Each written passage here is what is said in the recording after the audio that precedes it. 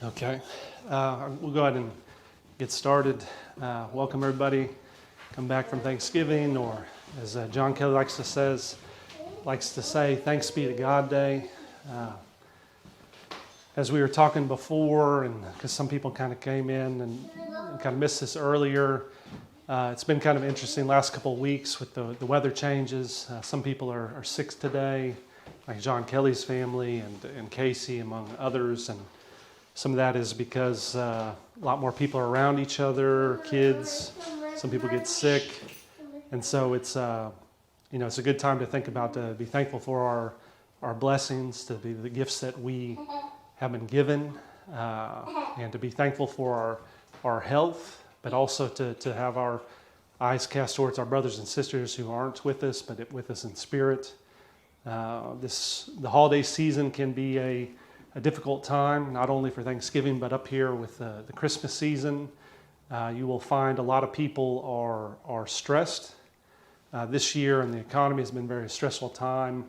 And so you'll find folks that are suffering, unhappy that their life isn't where they want it to be. Either they may have lost their job or have to work more hours, or it can just be a reminder of where they are with their life. Like maybe they wanted to get married and they're frustrated they're not married, because then they got to go before the family and answer those questions. Why am I not married? Where are my grandkids? And so those can be tough on people, both inside the church and also outside the church. And you'll see that people will be shorter, going in and out of parking lots and stores, with family and friends. And so just a reminder to kind of be aware of that. And if you are someone who's blessed to kind of have your life in order, where you are more or less where you want to be with your family, you have your goals, to those types of things, this is an opportunity for strength. It's an opportunity where you can serve others. I don't know if anyone saw Pastor David's sermon that he posted this morning, but he was talking about this idea of service, and he mentioned particularly in a couple of verses in Matthew and then in Isaiah, and I wanted to kind of start with that. And this is in Matthew chapter 9, verse 35, and it says, "And Jesus went about all the cities and villages, teaching in their synagogues and preaching the gospel of the kingdom and healing every sickness, every disease among the people. But when he saw the multitudes, he was moved with compassion on them, because they fainted and were scattered abroad as sheep having no shepherd. Then saith he unto his disciples, The harvest truly is plenteous, but the laborers are few. Pray ye therefore that the Lord of the harvest, that he will send forth laborers into his harvest." And this is a perfect time for that exact thing. There are many people that are stressed out there, that are suffering. They feel they've been taken advantage of. And as Christians, this provides us with an opportunity to serve them, to be an example, to be a light. Because when things get dark, when things get stressed, the person who is more loving, that's going to stand out even more as that Christian example.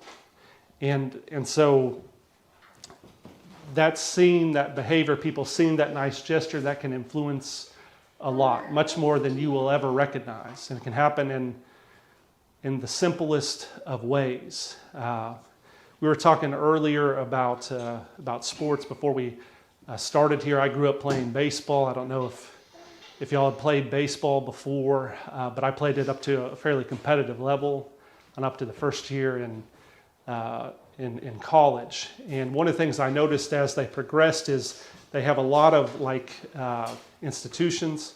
Hey guys, come on in. Yeah, come on and sit wherever you like. And so they would have these various traditions.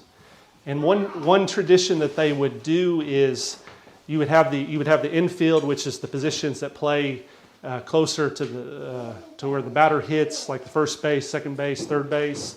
But then you'd also have the outfield. And so what they would do is they would set aside the gloves for each group like the outfielders would have their gloves by this side of the dugout, and the infielders would have their gloves and hats by the other side. And so the idea was if you had runners on base and you were and somebody got up to hit and they lined out to the outfield or whatever else, then the other infielders would grab the glove for the guy who lined out or who was on base and give them their glove. As basically a way to kind of build teamwork, but also as a pick-me-up. In other words, it was just a subtle way as to don't worry about that thing. Maybe you made a mistake, but here I'm going to pick you up. And it was a subtle thing, but people recognized that. It's a nice gesture. And so over time, over the course of the season, you would grow as a group. And like that, in that same thought, the same thing can happen within the church body. Simply reaching out to a brother or sister who may have been absent from some meetings or they're going through some things, simply spending some time with them, making a phone call, having a meal with them, making a little time, especially when you are strong and the other people are, they may be weak, or maybe they're just okay, just kind of reaching out to them, let them know, I kind of care about you, but ultimately kind of I'm going to pick you up in these times you may be struggling. And a perfect time is during the holiday season. As I was saying before, there are a lot of folks, the holidays may be a tough time for them. They may have trouble with their family because they're not happy where they want to be in their life. They may have been going through some things. Some people coming to Christianity has been a cost to them, right? They may have come from a Muslim family. They may have come from a very secular family. So they are, they're under attack. And so as Christians, they're a part of our body too. And so we should be thinking about ways to do that, particularly if we're strong in that moment, out of love for them, because they are a part of our body, just as those other infielders were a part of our baseball team. And so I would encourage you to kind of reach out to them, even in the simplest ways, because you never know what the difference a couple words might mean. And the reverse may happen down the road when you're having some hardships, and they may be able to lift you up, right? And you may be able to pull some people back into the church that are struggling. Maybe they were on the teetering on whether to kind of go back in the world or start to do some sins that they knew better of. You might be the difference. And so I would encourage you to reach out to them. And like, for example, in the book of Isaiah, there's a popular verse in Isaiah chapter 6, verse 8. And it says, "And I heard the voice of the Lord. The Lord said, 'Whom shall I send? Who will go out for us?' And I said, 'Here am I, send me.'" And if you take those words to heart, then it can have a powerful effect on you and the body and other people around you. Because like I said, this will be a stressful time, especially with the holidays. People will get on each other's nerve. They will be angry, but you can be the light to that darkness. You can be that hope, leading that example in the same way that Christ was for us. So I would just kind of keep that in mind as you kind of walk forward with your days. We have coming up, we have the conference here. I guess it'll be this weekend, the CFM conference, so it should be a good time. If some of you are interested and you haven't made your final plans, reach out to John Kelly, and we may be able to get you set up to go to that conference. But it should be a good time seeing a lot of brothers and sisters all over the U.S. and probably from Europe now as well. And it can be a big pick-me-up too, particularly if you're kind of going through some things and struggling. It can allow you to connect to the greater body. And I've been blessed to be able to talk to other brothers and sisters with CFM Houston. Brother Thomas and this summer we're visiting the CFM Phoenix Church. And the benefit you get is you start to realize some of the commonalities there. And so they are also part of the body. So if you're kind of wavering on that, I would strongly consider encouraging you to go to that. I would also ask in terms of some prayers. Obviously, the Kelly family isn't here today, and they're under the weather. I don't know if some of the folks were able to make it out there to the Thanksgiving meal yesterday, but they had opened up their home, which is a wonderful gesture of that, kind of reaching out to the body. But they are under the weather, so keep them in your prayers. There's also, I don't know if anyone's met Cindy Soto. She's a member of the church at CFM Houston. And I was speaking with her this week, and her 5-year-old has got an allergic reaction. So he has, his name is Dylan, and he's got a rash over his face and body. So she's asking for prayers as well. So I told her I'd be happy to pray for her. So if you could add her to the list. And I also wanted to kind of open it up if anyone else felt there was anyone else that we needed to pray for or would like us to pray for. Maybe someone that's not even necessarily in the church, family. And if anyone has anything like that, we can, yeah, go ahead. Just for Lisa, because her body's been feeling bad, and just from her, whatever she has going on, just that she'll feel better. Yeah, absolutely. Yeah, no, this is certainly a time we've already talked about a few times, but your health is important. I think some folks have that tendency who are very motivated to serve God, and then they forget to take care of themselves, like their basic health. And then the tragedy is then they're not able to do some of the other service. So please look to your health. It's perfectly okay. Some folks weren't able to make it today. They know their body and they need to rest up and heal. But we'll certainly pray for anyone who's going through some things. And so go ahead. Just pray for Kathy and Christian. Okay. Is there something specifically or just in general? Or just in general. Okay. Okay. Yeah, I think Christian's he's been sick. Okay. Yeah, he's had some kind of, like he can't keep his food down, or food makes him nauseous, and so he's been having a hard time with something's going on with his digestion. Oh, yeah, goodness. He had to go to the hospital a couple weeks ago. Oh, I did not know that. Yeah. So it's been, so I think it might have something to do with what he's, I don't know, God knows, but yeah. Yeah, no, that's definitely good to know. And if people have a chance, be sure to reach out to them and some of the other members we haven't seen in a while, out of love. On my knees. Your knees? Yeah, I injured them a while back, and they've been taking a while to heal. So. Yeah, absolutely. Okay. Why don't we go ahead and do a group prayer? So if we all could bow our heads. Dear Lord, thank you for giving this opportunity to come together in fellowship, to honor you, Lord. It's always a blessing to share your word, to share time with other Christians as we seek your wisdom and your knowledge. Thank you, Lord, for blessing us with health, for those of us that are strong. May, Lord, look after those who are not strong in the moment, whether it be physical or mental health. As you've heard, some of our brothers and sisters are going through some things, whether it be, some things as some reoccurring knee pain or some more congestive issues. We recognize this is a season of illnesses, is a season of germs. But Lord, that we know if we cast our eyes towards you, you can heal us, for you are the great physician. You can lift us up.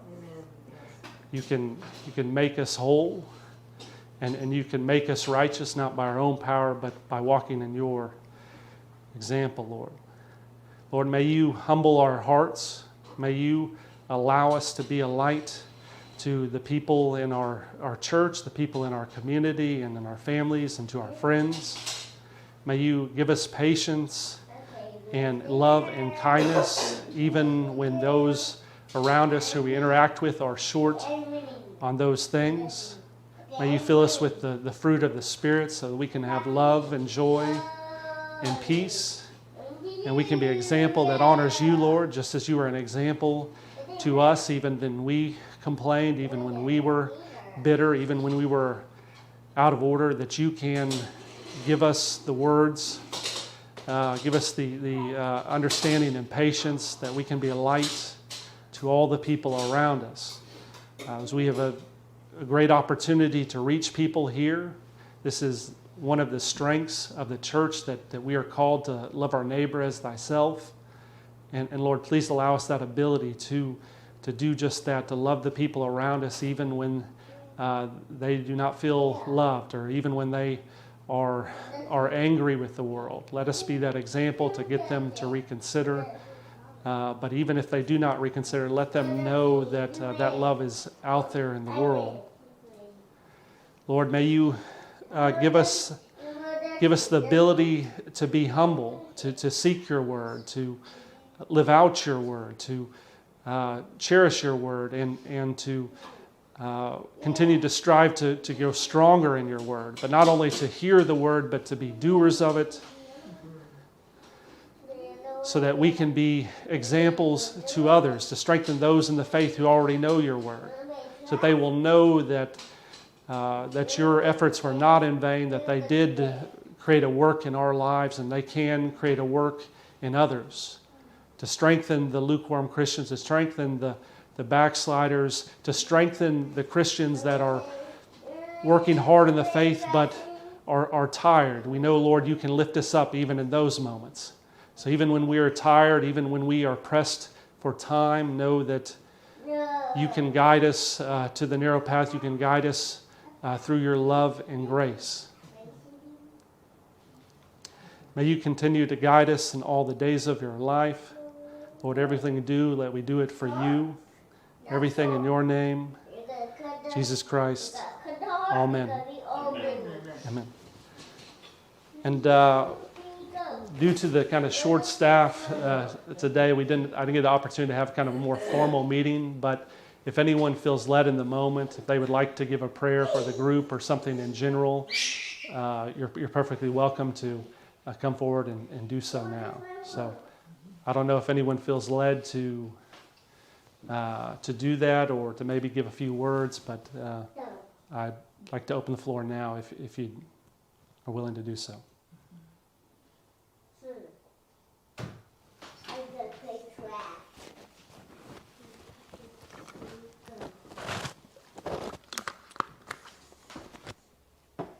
Okay. That's okay. Maybe we need to liven things up a bit. I think we'll be able to play some music here. I think I kind of like the idea that Casey had using some of the Psalms from the Psalms Project, so I thought we'd start with that. But if other people have a song on their heart that we'd like to play, we can also sing that as well. I'm not a singer by any stretch of the imagination, so I will be hiding within the congregation. So don't take my cues as far as the music, but I do think there's power in corporate song. It's one of my favorite memories growing up as a child, and so I think it's very important. So let me see if I can get this set up, and we can kind of do some worship.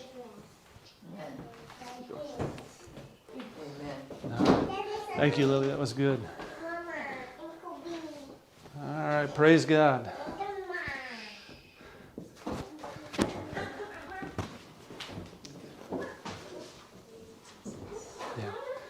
Feel free to take your seats. No music for today. Always a blessing to worship together with the body. Also makes appreciation for the time that we have for the people who play instruments and use their voice too, because it adds another dimension too. So obviously we'll be happy to have them return and add greater depth to our worship service. So praise God for that. Now is the time we usually open the floor for testimonies or praise reports or any other concerns that any member may have. And so go ahead and I have a testimony to share in a moment, but if any others have, I'd like to go ahead and open the floor. If anyone would like to say anything, you're free to come up here and just say whatever's been going on in your life, or any issues you may be going through, or anything of that nature, because we're here to be a place of love and to serve our brothers and sisters. So Okay, sure. Um, Thank you. You know, one of the things I felt like the Lord was telling while we were worshiping is that just imagine if it was as the body, as we get things, we're living in the end times, as things begin happening, the church begins to get sort of smaller and smaller, and it's like, if it was, imagine if it was just us left, you know, how would we be praising the Lord, or how would we be responding? You know, it's like, we don't want to like be resting on our laurels, waiting for somebody else to lead us into, you know, into worship or into, because the Holy Spirit's leading each one of us into worship, that we can all, each one of us should be able to take ourselves into that place of worship and into more of an intimacy with the Lord, you know, either individually when we're by ourselves or Amen. corporate. But if it was like just us, if it was just us left, right? You know, imagine. It's like, I know a lot of times we feel like, and this is a small group and we pretty much know each other except for, what's your name? Jeremiah. Hey, Jeremiah. Hi, welcome. Amen. You may have been here before me. I don't know, but I'm Dixie. And so I just feel like it's like, you know, I know each one of us has something to share, and I know like when somebody says something, it's like, oh, does anyone have, and it's like, and suddenly I can't think of anything. Like my mind goes blank. It's like, and although God's been doing stuff all week, and yet suddenly I'm like frozen in my chair, you know?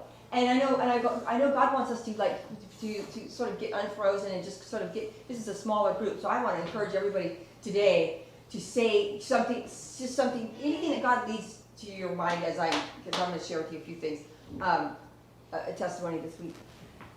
Just please, because it's just us, and I just think it's good for us to do that, and just to don't feel stuck like in your chair. It's like, I have to say, no, get free and share with us because we want to know you. I mean, I want to know you. I want to know what's in your heart. I want to know what you want to share with us, each one of you. I want to know what you want to share. I mean, I'm interested. I think we're all interested in each other, you know?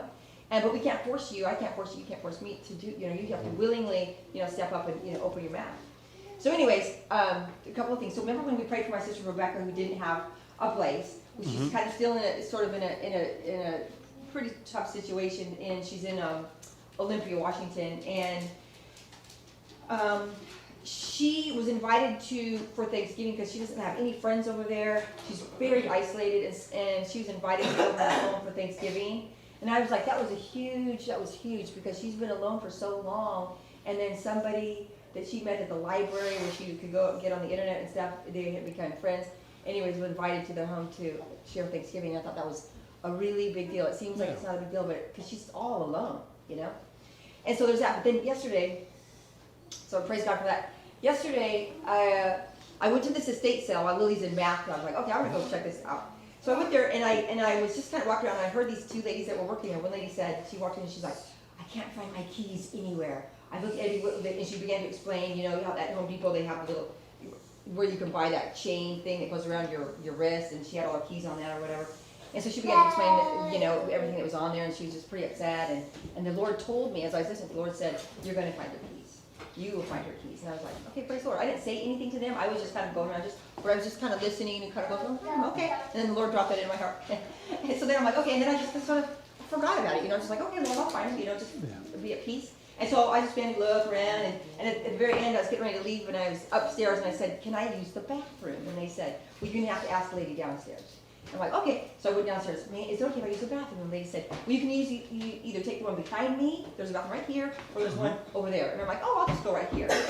So anyway, I go in the bathroom, I shut the door, there's the keys on the door. The door, they're hanging right there on the knob, you know? It's like, praise God, God, you're so good. But you know, it's like, and things like that, and how the Lord will just like drop in our spirit, just various things, you know, when that happens, I just say, okay, Lord, I trust you.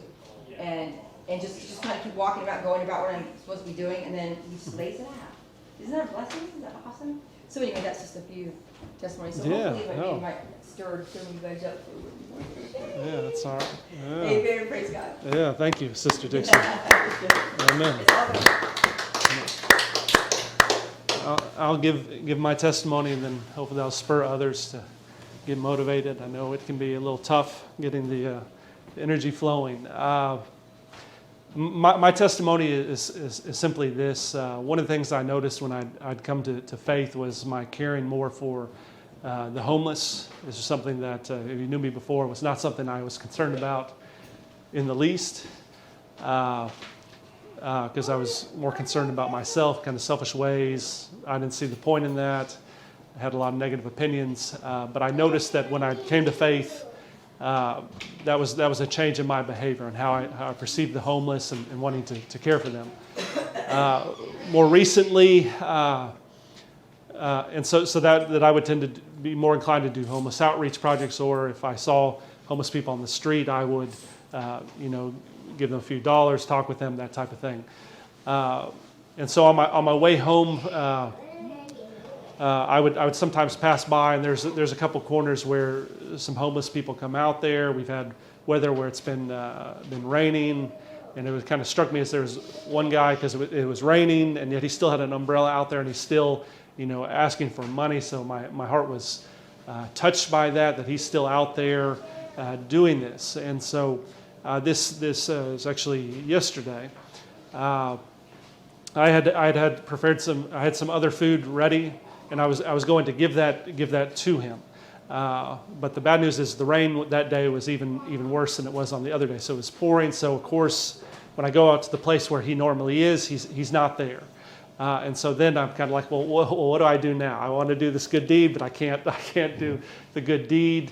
And so I go, well, I'll see if I can find some other homeless people. So I kind of drive down some of the areas I would expect to find them, but because the rain has kind of scared them off, they're not at the corners. And so it would have been tempting, and certainly in my past, I would have taken that as that's enough. Go home. Don't waste your time. It's not worth the gas money or whatever else. But in this case, I said no. I've kind of purposed myself to do this. I know of a couple other spots where there's like kind of under the overpass where they tend to congregate. And sure enough, I did find some of those. But the trouble was they were in like a part where it'd be difficult to get to, right? And I didn't have an umbrella. That was my error. But nonetheless, I did think I saw another one that was kind of this other side of the road. And even though it was potentially dangerous, I still kind of went around this other way and found a homeless man there, stopped my car, put on the hazards, that type of thing, to give it to him. Angered some folks behind me, but nonetheless, I did do what I set out to do. And so I was happy to have done that, to take that gesture. And so for me, it was just an example of my purpose of myself to kind of see those things through, which would have been unheard of, 5 years ago, for me to do something like that. And so for me, that was a very big deal. And so if you're having those same types of thoughts, and should I do it, should I not do it, I would say to encourage you, to give you that courage to go ahead and follow that through if you feel led to do so. So that's an example of my testimony over the weekend. I don't know if any other brothers have any sisters. Yeah, please. Hey.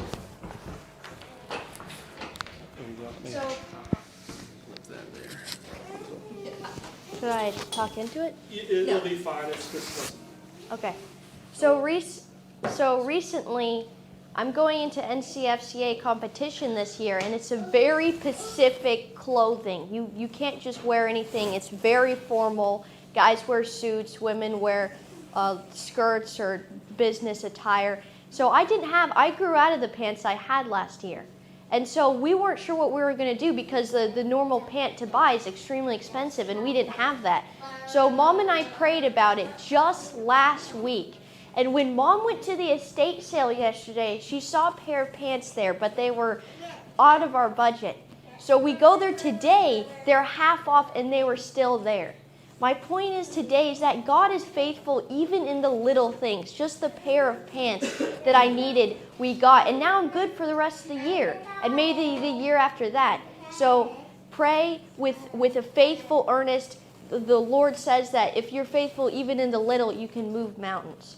So that's my testimony. Oh, sorry. Thank you. Any others? And let's okay. Yeah. See here.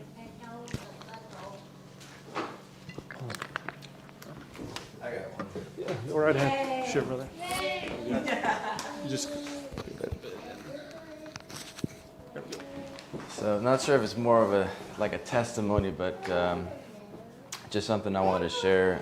So in work, I'm around a lot of people and I'm around a lot of guys, basically just men. And I'm in charge of one of the crews, and I drive with a couple other guys who aren't really faith driven and whatnot. So there's this guy in particular. He's the same age as me. His name is Juan, and he's just I've just noticed a lot of things going on in his life. He's got a lot of trouble going on. He's got 2 kids in Mexico, and he's got another 2 kids, I think, here, and he really doesn't see them, and he's just always, talking about going to see women. He's just talking about these girls, and I'm always trying to minister to him and tell him, look, man, you don't gotta, that's what's ruining you, because I kind of came out of that. I was struggling with the same thing, and he was like, no, but this girl, this, whatever, and I just noticed recently in work now he's more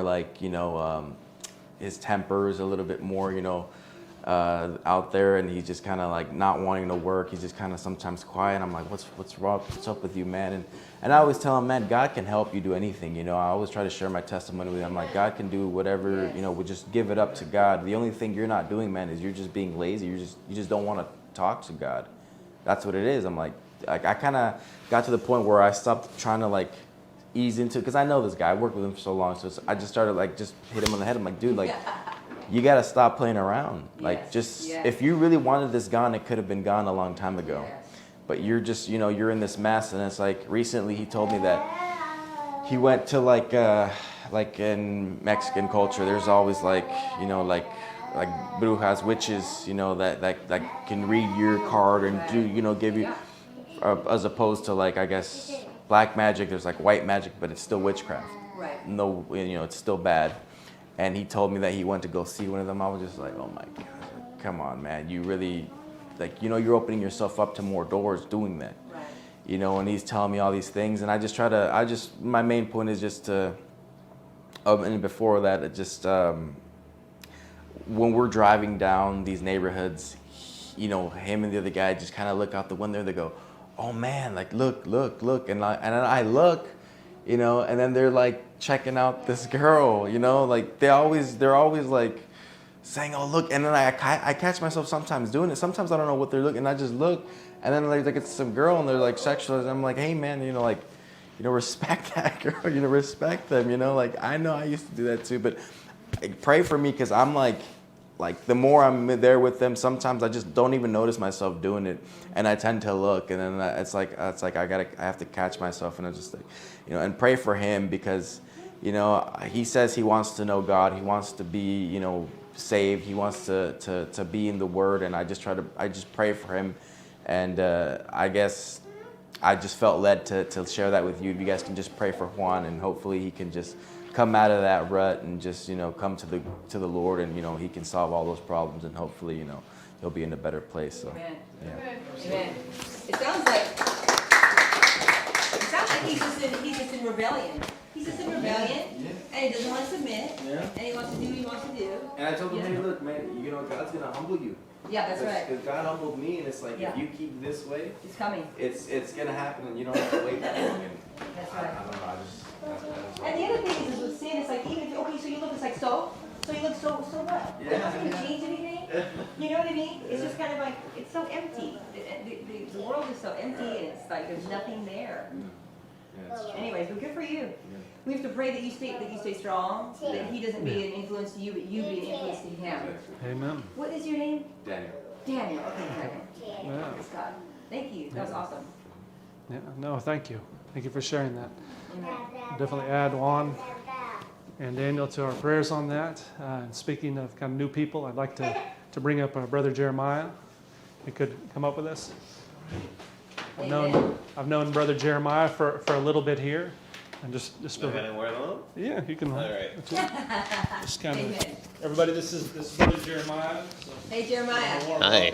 I don't. Amen. Can you hear me? Sure. It's Absolutely. fine. Okay. So real quick, my name is Jeremiah. I'm 30 years old, and I've been with the Lord for about, I want to say 18 years. I'm not even sure.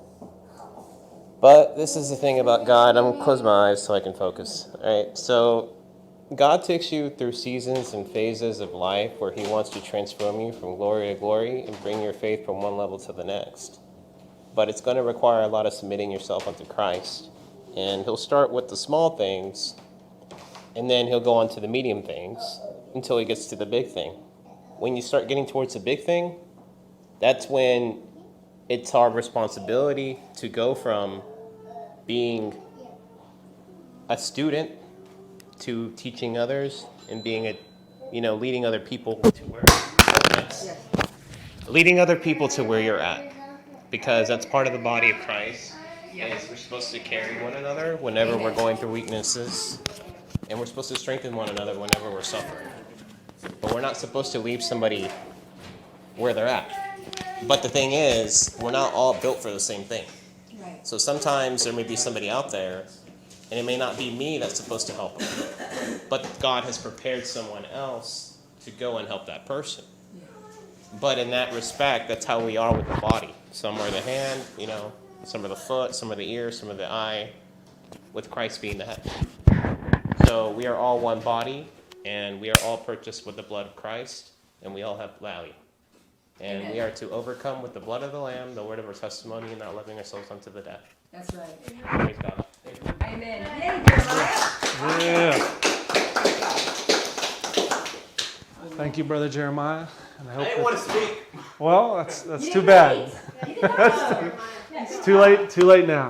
That's awesome. No, this is we tend to be fairly informal, and I think that is important that when we have guests that they're recognized because they're important, and they're, even if you're a guest of the church, you're still a part of the body, and we should recognize that. And so, if you haven't had a chance to talk with him, be sure to after service. He's a cool guy, has a different perspective, and so you can learn a lot of things because he has been walking the faith for a while.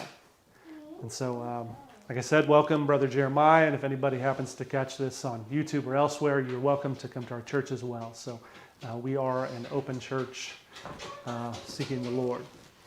So are there any other testimonies or anything else? I want to give anybody last chance before we move on to... No? Okay, fair enough. I'm going to go ahead and move on to communion. If I could get someone to kind of help pass out the cups, that would be good. What's that? I think if... Yeah, thank you, sir. But thank you, though.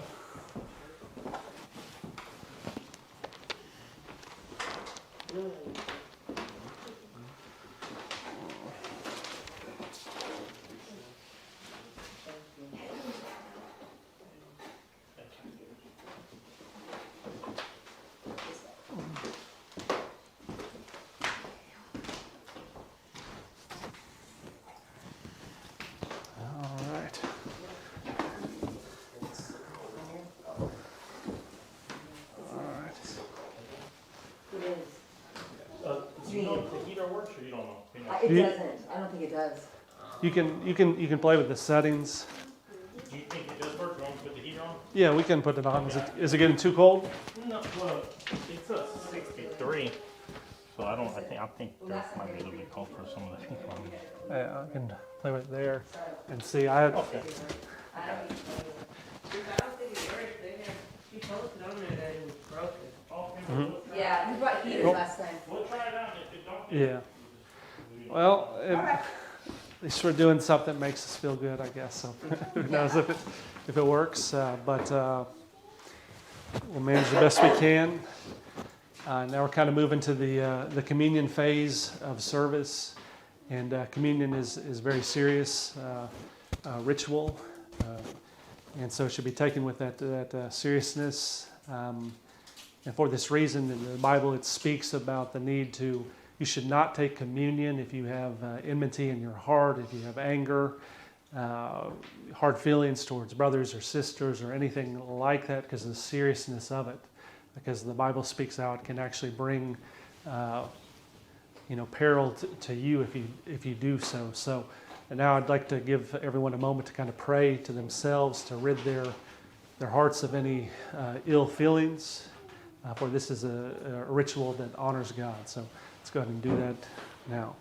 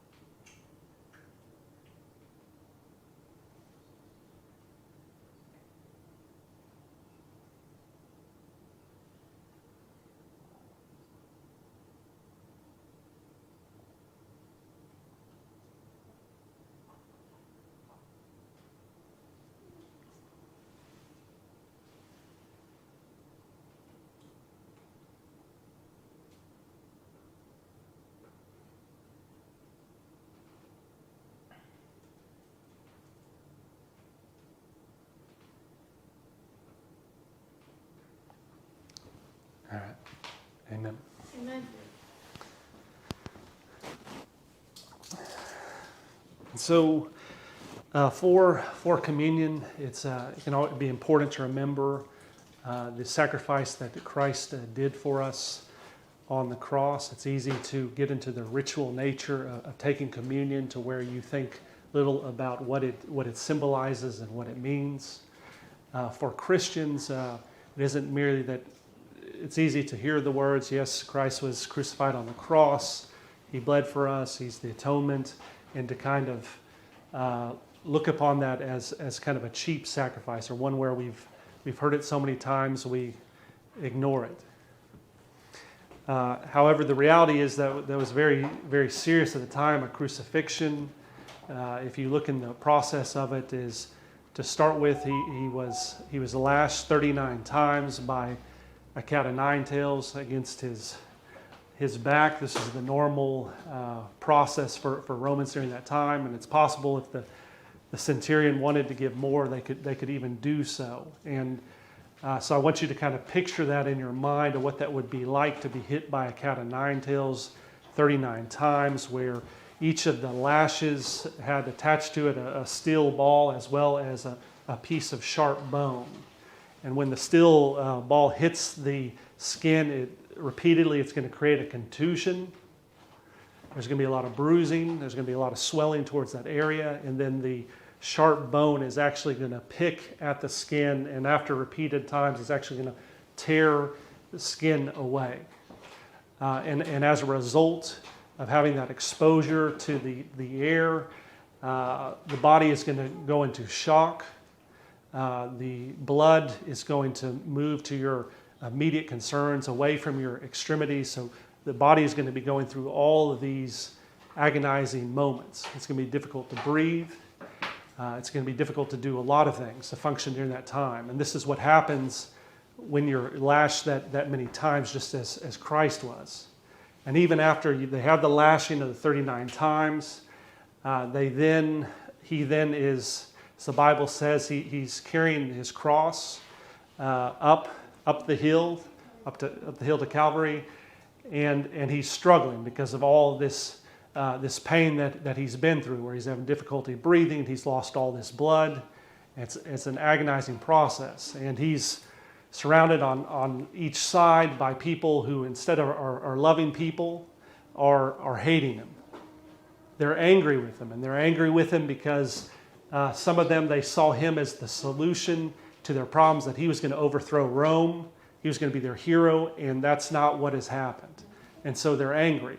They're also angry with him because they know that he was a good man. They know he didn't do the things they accused him of. And so he's a reflection of what they are not.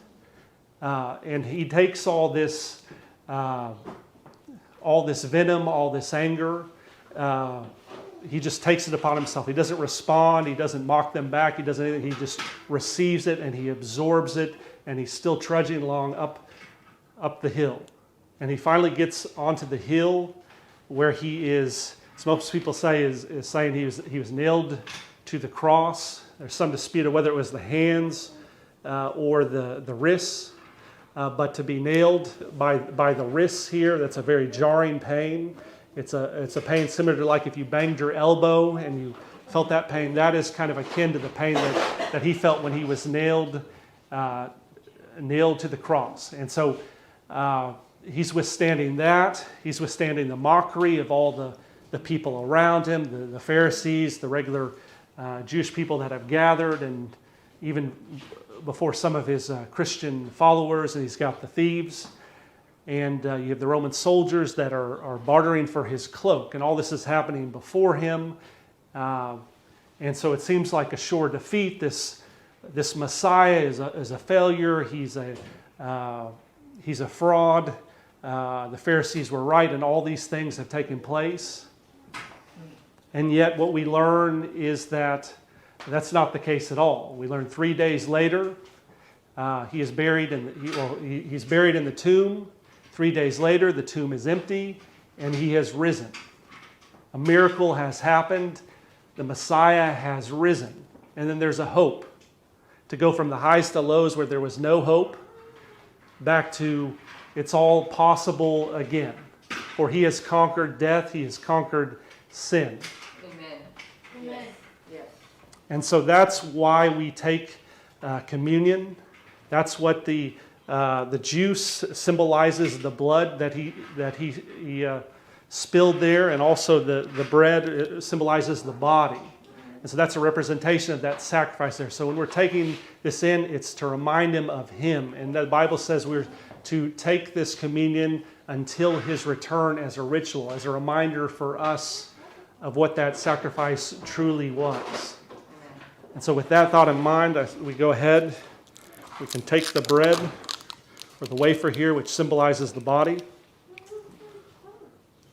and just think on this sacrifice and what he's done in your life.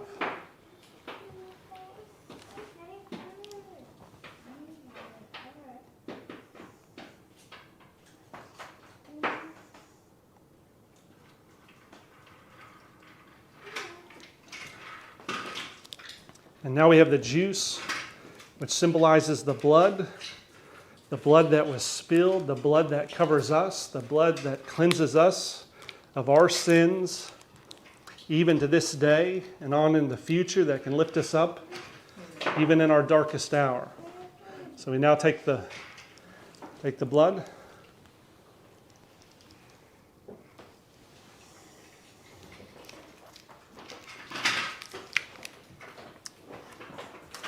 Amen. Amen. I'd now like to close the communion in with a brief prayer. Dear Lord, thank you.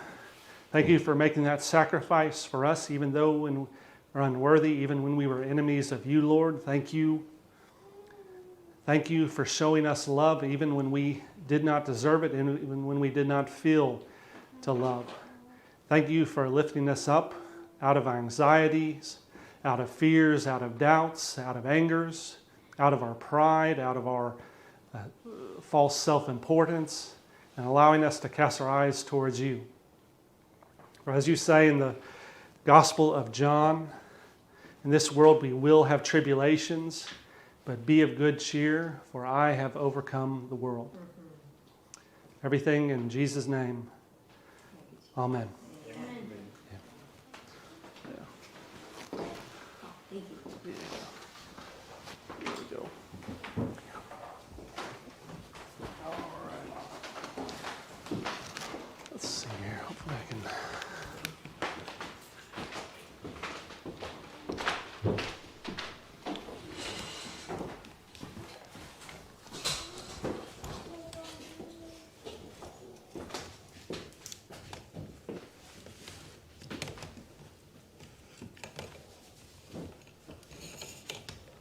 All right.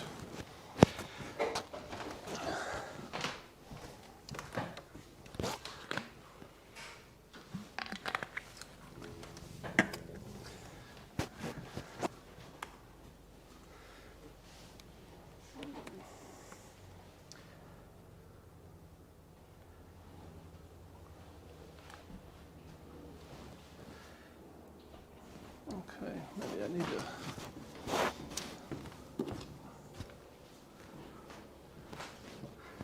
Okay, now normally we would give our typical sermon. I was asked to do something a little bit different. This is going to be more of an apologetic talk. And this is kind of, I've been asked to do it a couple times, and I said no, I didn't really feel it was like a sermon. But recently we had put out a video where I had an interaction with the Hebrew Israelites, and so it's kind of been asked again. And so I've relented, and I'm going to have that talk, and this will be kind of experimental. So if this is something that you enjoy, then perhaps we can do more things like it, or maybe do it separately from service. But this is kind of going to be a focus on this particular group, because this is a group that we interact with on the street. And I'm sure many of you have, well, I'll just ask this question. Is everyone here familiar with the Hebrew Israelites or the Black Hebrew Israelites? Yeah. How many of you have had some type of interaction with them, either on the street or maybe a friend or a family member or anything like that? Anyone? A couple? Okay. And that's important to kind of like ask, well, why would we be concerned about this topic? I mean, shouldn't we just be focused on Christianity and giving the Christian message and leave the other groups to that? Well, you could take that perspective, but that's not the message of the Bible. The Bible teaches us to give an answer to the people out in the world who ask, and whether you realize it or not, if you're out in the street and you evangelize, people will ask you about these beliefs. They will ask you what you think on certain things, and sometimes in surprise places. I was at a Texas Rangers game, which is at the games is typically it's predominantly kind of a white audience there in Arlington. So it wouldn't be the place where I would expect this topic necessarily to come up. But sure enough, there was somebody who came by and was asking me about Matthew 15:24, which is one of their proof texts, where it's a verse that basically says, Jesus says, I was sent but for the lost sheep of the house of Israel. And so from that conversation that I didn't expect to have, I was able to kind of minister to him and answer some questions. But I wouldn't have expected that in that forum. And we are called to make a defense of the faith. And you will be asked these questions in the street, commonly in Dallas. And so it's important to think about these particular issues. And so that's one reason to think about it. The other issue is that you may or may not be familiar with this, but one of the groups actually does what they call blitzes of churches. And they usually blitz predominantly black churches, like if you're familiar with Tony Evans, he's got the Oak Cliff Bible Fellowship. A group called IUIC has done a blitz on his church. There's another pastor as well, I think his last name is Wright, that's also in Dallas, where his church was also blitzed. And what that essentially means is the group will come out of the church on the streets, and they will kind of like preach / heckle the parishioners as they come into the service, kind of challenging the priest or the minister to come out and kind of defend the faith. So it's kind of a challenging situation. And they've done that not only in Dallas, but Oklahoma City and Louisiana. And so you have that aspect of it. But then you also have what's now become national influence to a certain degree, because I'm sure anybody who follows basketball might know about Kyrie Irving or even Kanye West, where they've made certain comments that kind of follow in this beliefs that kind of stem from this movement. And so it becomes national news in some ways. And to give you an idea, like this even comes up with some of my family members who is as far from this topic as all. I would not expect them to have any knowledge or to think about it, and yet they were talking about the Khazarian hypothesis or Khazarian conspiracy theory, which is the belief that the existing Jews are not the real Jews, that they are Khazars from Turkey who traveled either in the 8th or 9th century or the 12th century and have kind of taken over the identity of the real Jews. And this is a belief that the Hebrew Israelites believe, that their identity has been stolen and they are imposters, and they'll use verses like Revelation 2:9 and Revelation 3:9, where they say these folks are not the real Jews and part of the synagogue of Satan. And so obviously this is controversial news, because you get these people who normally wouldn't have any thought to these topics are talking about it on ESPN and these other topics.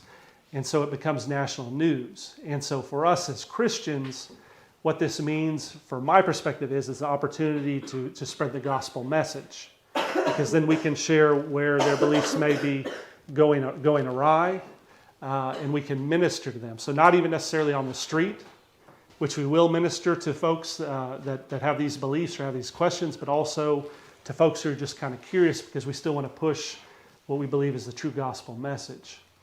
And so I did want to kind of mention that.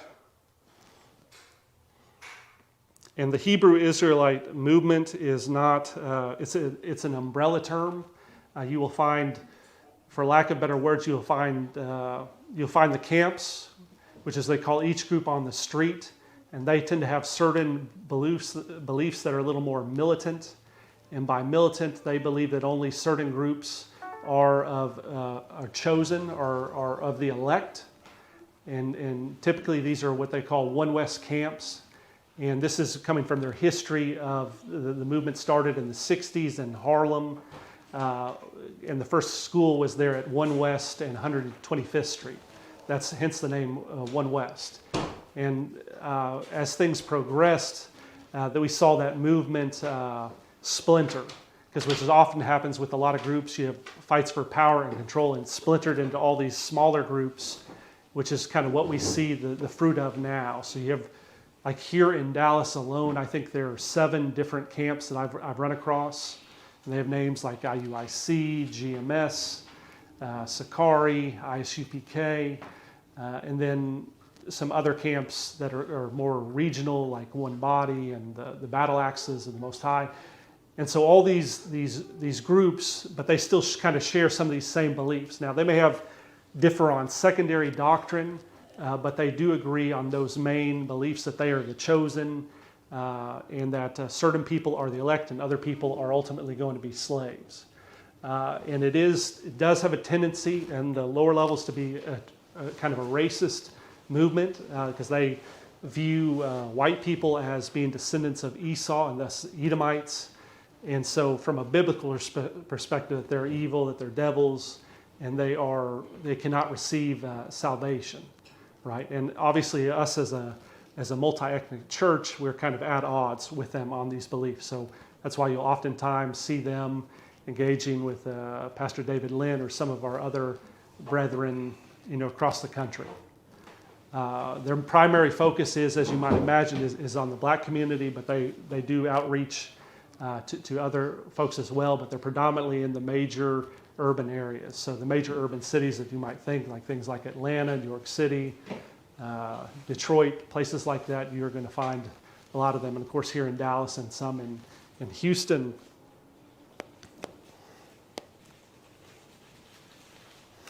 And they do have a number of beliefs. They believe, obviously, that they descend from Jacob. So they believe that they are true ethnic Israelites.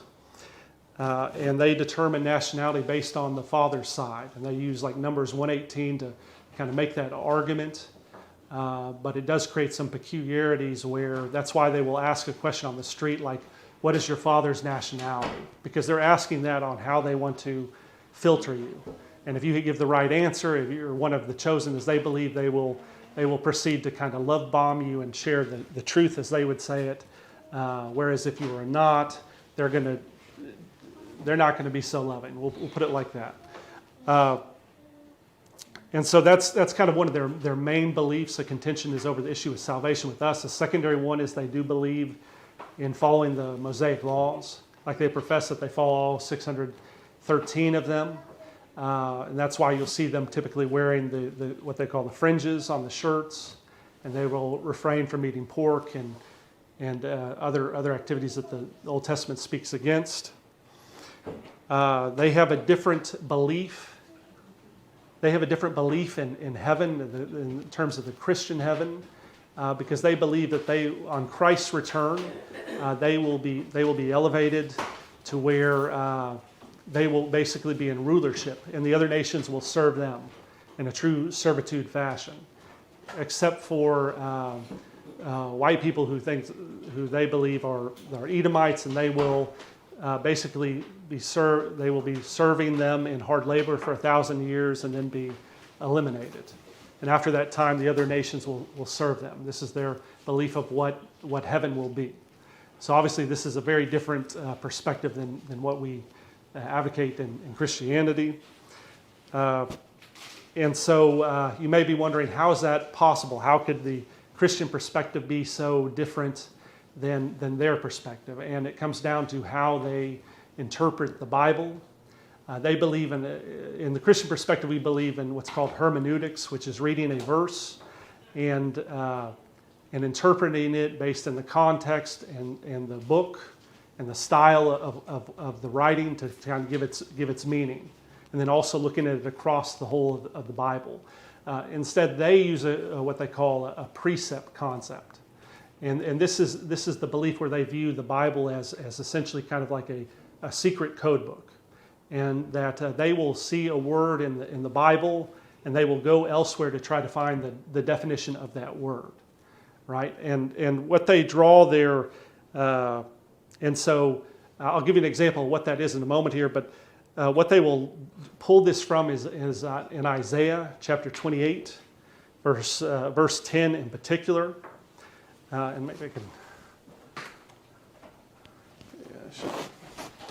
And this verse reads, "For precept must be upon precept, precept upon precept, line upon line upon line, here a little, there a little." And so from this verse alone, essentially, they will believe that's how you are to interpret the Bible. Now, as Christians, we would not take that interpretation. If you look in that verse in Isaiah 28, it's actually it's a criticism of Ephraim. Ephraim being basically Ephraim was the main tribe in the northern tribes. If you're familiar with the history, the northern tribes, the southern tribes splintered, and Ephraim was the main tribe. And so when they're referring to Ephraim, they're talking about all the northern tribes as a whole. And in that verse, it's talking about Ephraim's drunkenness, and basically it's saying that they are walking away from God. And so the verse in there is actually mocking them, saying that because they don't know anything, they have to teach them in a very elementary way of line upon line, precept on precept. But nonetheless, I'll give an example here. Like if we were having the debate, this is how it typically goes. You get the Christians would come up to them and they might ask you a question, who can be saved? And if I was to ask any of you a question as Christians, what would you say? Anyone who calls upon the name of the Lord. Okay, right? And and probably, typically, more often than not, the first verse out of the Christian's mouth is going to be John 3:16. "For God so loved the world that he gave his only begotten Son, that whosoever believes in him shall not perish but have everlasting life," right? And that's so if you just read that verse alone, that's a problem, right? For Hebrew Israelite teaching. So of course they're going to interpret that very differently. And so they're going to look at the word there, world, differently. And I'm going to show a brief interaction that I had. Hopefully this will play. Kind of how this works. Because it gets a little boring if I'm just reading verses to you. It's hard to kind of follow why it's important in the moment. So this may help, because this may be you talking to someone on the street, or let's see, is it going to let me do that? Let's try this.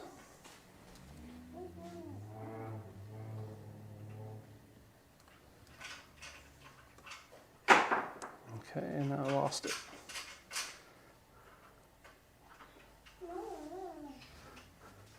I think I lost the connection, brother.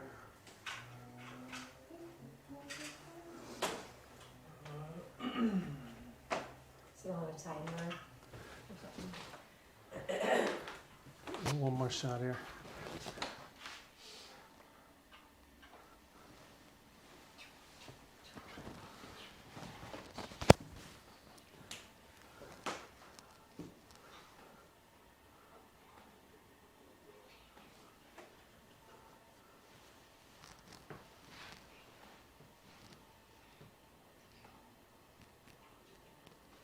There we go. Thank you. Okay, and just to point this out real quickly here, this is very common, their type of work here, where they will have what's called a 12 tribes chart. And this is basically what they call a hook that they'll use as a marketing ploy to bring people into the church. And it will say, basically kind of look upon the person and where their background is from to say that they belong to a certain tribe. So just wanted to kind of point that out. Let's play this here real quick here. Pull up my man and say, "Do you believe the so-called white man will be saved? Do you believe the so-called white man will be saved?" Sorry about that. John 3:16. It's 1 John 2:2. They use the word cosmos, which means the world. What is cosmos? Does not mean world. Okay. What Cosmos does it mean? means society of people. No, there's several definitions, Right? but in there it's talking about in that context, context. 16 is dealing with a society of people. That's right. It's called a multitude of people. We see that in the Strong's. And Yeah. just like how in the book of Luke, it say all the world should be taxed. It was talking about all the world. That's oikumene. That's a different So word. once again, Different meaning, different word. Don't play those games. even if you deal with the word cosmos in that context, it means the same thing as oikumene. It's the same thing. It means society. No, it does not. In the context of it, it means It the has a same different meaning of the word. It's specifically used. That's why they use a different word. So when we go into Revelation, we look at well, that's my Just deal with the argument I said. You believe cosmos means Israel. Defend that argument. I believe cosmos means society of people, and that society of people is really dealing with Israelites. Yes, Okay, defend that point. Defend it. What do you mean? Go to John 16. John chapter 3, verse 16.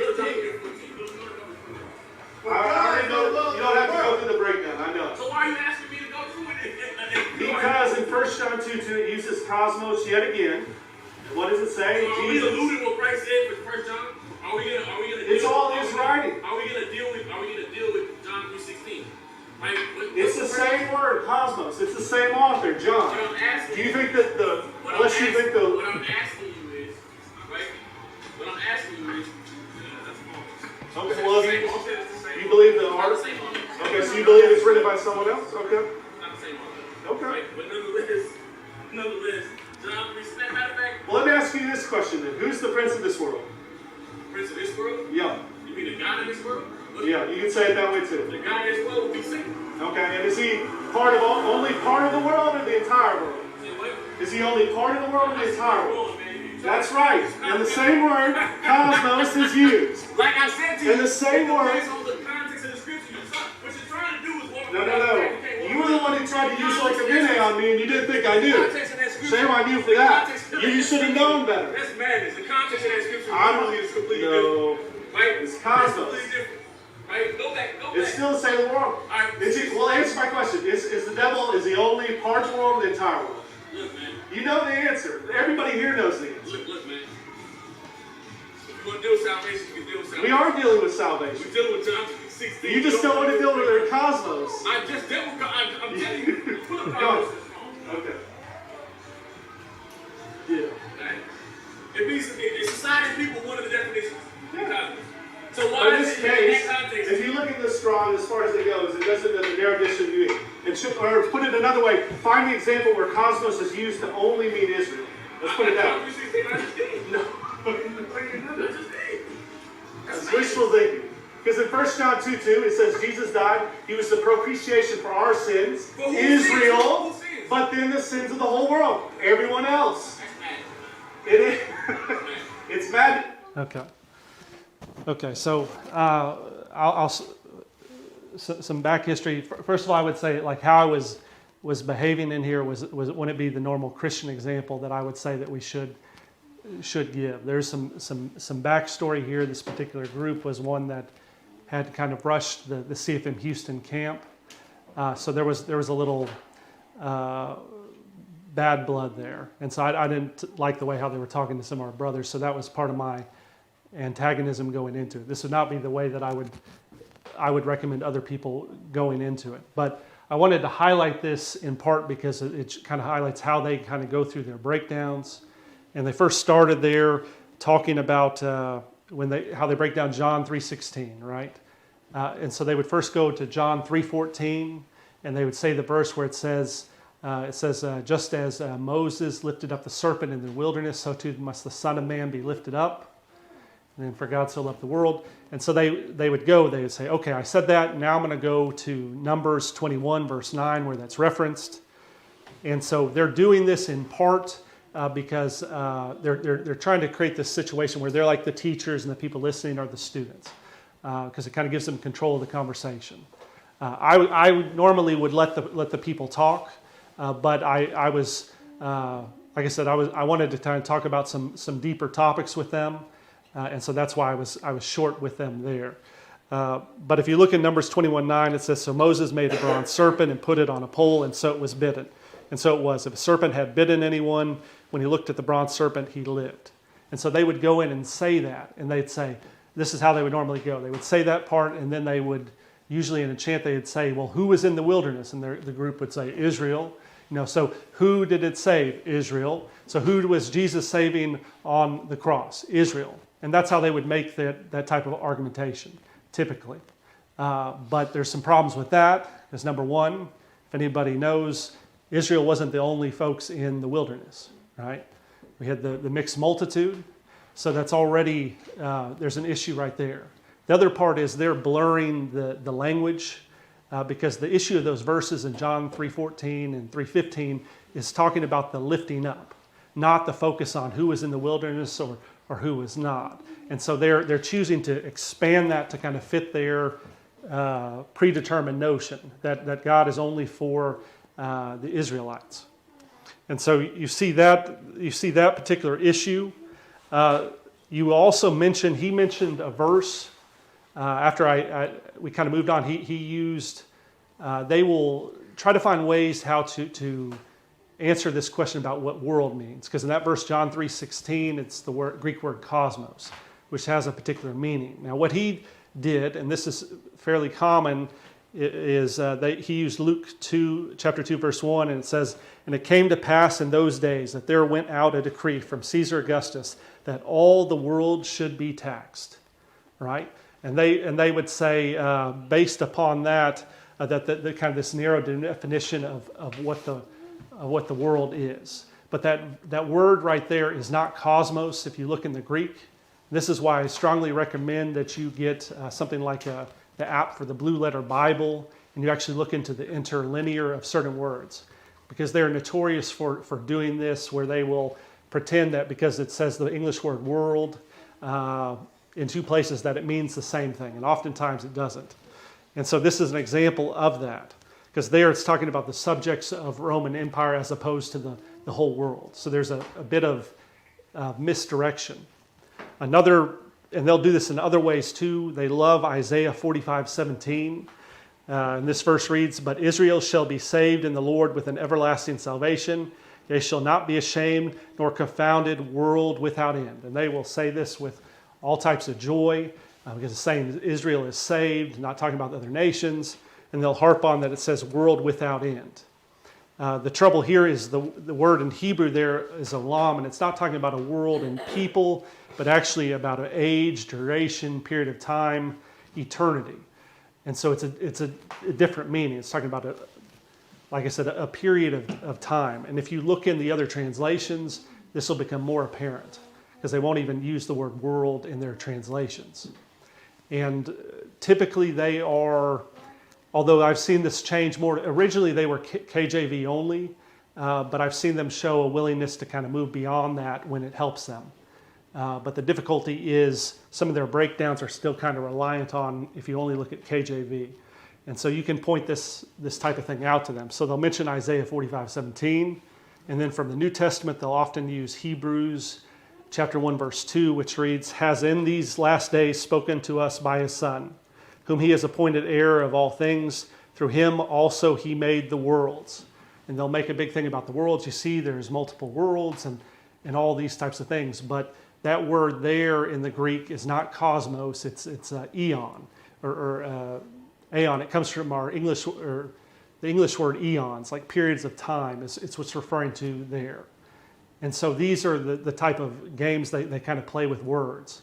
And if you're not aware of what the Greek and the Hebrew are, you're going to be caught off guard, because they're going to ask that, and you're going to say, "Well, it says world, and I'm confounded. I don't know what I'm missing." And so those will be the two levels, and a lot of camps will go there. The more savvy camps will go one step further. Let me say one other thing too. You should also be on high alert if you're looking at the definition of a word, like say in the Gospel of John, right? The Gospel of John's a big book. Cosmos is used many times. So there should be a suspicion in your mind. Why are they going to Isaiah? Why are they going to Hebrews to explain a word in John?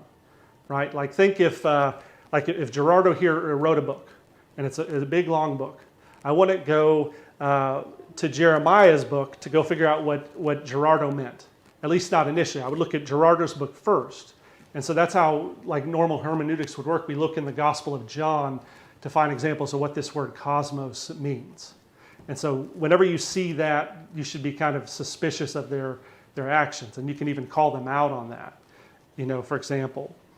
But the savvier ones, they are aware of this, and so they'll look for examples where cosmos is used, even in John, where it's a little vague by the writing. And I'll give you an example here. In John chapter 18, verse 20, it says, Jesus answered him, I spake openly to the world. I ever taught in the synagogue and in the temple, whether the Jews always resort, and in secret have I said nothing. And they'll say he spoke openly to the world, taught in the synagogue, hence he's only talking about Israel, right? And they'll say, like, close the book, that's it, thanks for coming, Christians. That would be how they would talk on the street. But if you look in Strong's, how they interpret this verse is they're making, again, they're merging that connection they want to see. And it's really just saying he's speaking openly in public to anyone who will listen. And that just happens to be that he's saying this in the synagogue. And I would also look to, and then to press it further, I would say, okay, so that's what you believe. Let's see what Jesus actually says in the synagogue. Because we have examples of that. We have that in Luke chapter 4 and verses 24 to 29, and this is what it reads. And he said, verily, I say unto you, no prophet is accepted in his own country, but I tell you of a truth, many widows were in Israel in the days of Elias. Does anyone know who Elias is? Elijah? There you go. It's Elijah. That's the Greek form of Elijah. It says, when the heaven was shut up 3 years and 6 months, when the great famine was throughout all the land, but unto none of them was Elijah, save unto Sarepta, a city of Sidon, unto a woman that was a widow. Now, the city of Sidon is not in Israel. It's if you think about a map of Israel, you have Judea at the bottom, you have Samaria, then you have Galilee, and then you have Sidon and Tyre, right? So these are Gentile lands. And here Jesus is going to the synagogue full of Jews, and he's telling them about the example of Elijah going to a Gentile, right there. And notice what's going on. There's a period of great famine in Israel, period of famine where a lot of Jewish widows and stuff like that. And Elijah, all the places he's going, God's sending him to a Gentile widow, right? Now think about what's going on there. So you have that, and he says, and then he follows that up with another example. He says, and many lepers were in Israel in the time of Elias. Does anyone know who Elias is? This would be Elisha, in this case, the prophet Elisha. And he says, none of them was cleansed, saving Naaman the Syrian, yet another Gentile, right? So Jesus in the synagogue is giving two examples where God is having these prophets not go to Jews, but to go to Gentiles and heal them. Right? So that's what Jesus is actually doing in the synagogue, speaking openly about. And it says, continues, and all they in the synagogue, when they heard these things, were filled with wrath. The Jews at that time, when he heard that he wasn't helping the Jews and he was going to help, saying these things, they were not happy with Jesus. They're like, what about us? What about me? It's all about me. Kind of like that movement. It's about us, and we don't care about the other nations, right? It says, and rose up and thrust him out of the city. So the Jews in the synagogue rose up, thrust Jesus out of the city, and led him unto the brow of the hill whereon their city was built, and they might cast him down headlong. So they were so angry at Jesus for saying these stories about God caring for the other nations, they were going to throw him headlong down a hill. And so obviously the folks on the street, they may have that same opinion if you bring this verse up to them, because it's not what they want to hear. It's not consistent with the Jesus that they want to fashion. That Jesus actually does care about all people. He is the creator of all things and all people. So he's actually speaking out against the very racism that they're promoting. And so there's that, right? So you can say all these things if you're talking to them. So it's good to kind of remember these verses. You also saw me up there mention shorthand, because in discussions like that where it's hot back and forth, it's a little harder to kind of spell out all these words, because they're going to try to cut you off and filibuster you with Bible verses sometimes so that you can't talk in response. But that's why I was asking him about who was the prince of the world. And those verses like John 16:11, where it reads, of judgment, because the prince of this world is judged. And again, because the world there is the word cosmos. And I'm forcing them, he didn't want to do it, but I'm forcing him to admit that Satan doesn't just run Israel, but he runs the actual whole world. And so if the word cosmos actually means the whole world there, they can't turn around and claim in John 3:16 that it only means Israel somehow. And so there's 3 mentions in the Gospel of John where that prince of the world is used, so you can use that argument as well. Another method is there are 2 other popular verses that you can use. I mentioned one here, the 1 John 2:2, which is interesting. They actually said that the letters of John weren't tied to the Gospel of John. So I would disagree with that, but that was just kind of interesting interpretation they had. But nonetheless, in that verse it says, "And he is the propitiation for our sins, and not for ours alone." So that's talking about Israel, but also for the sins of the whole world. So everyone else, right? And now they will have to come back and say that world doesn't mean world, it actually means scattered Israelites, because of how they use precepts, that word doesn't mean what we would interpret the verse to mean. But there's also another strong verse here in John, in the 1st chapter. And this is, it starts kind of at verse 6-9, and this is a good verse to use with them as well. Just give me one moment. And it says, starting at verse 6, it says, "There was a man sent from God whose name was John." And of course, this is John the Baptist.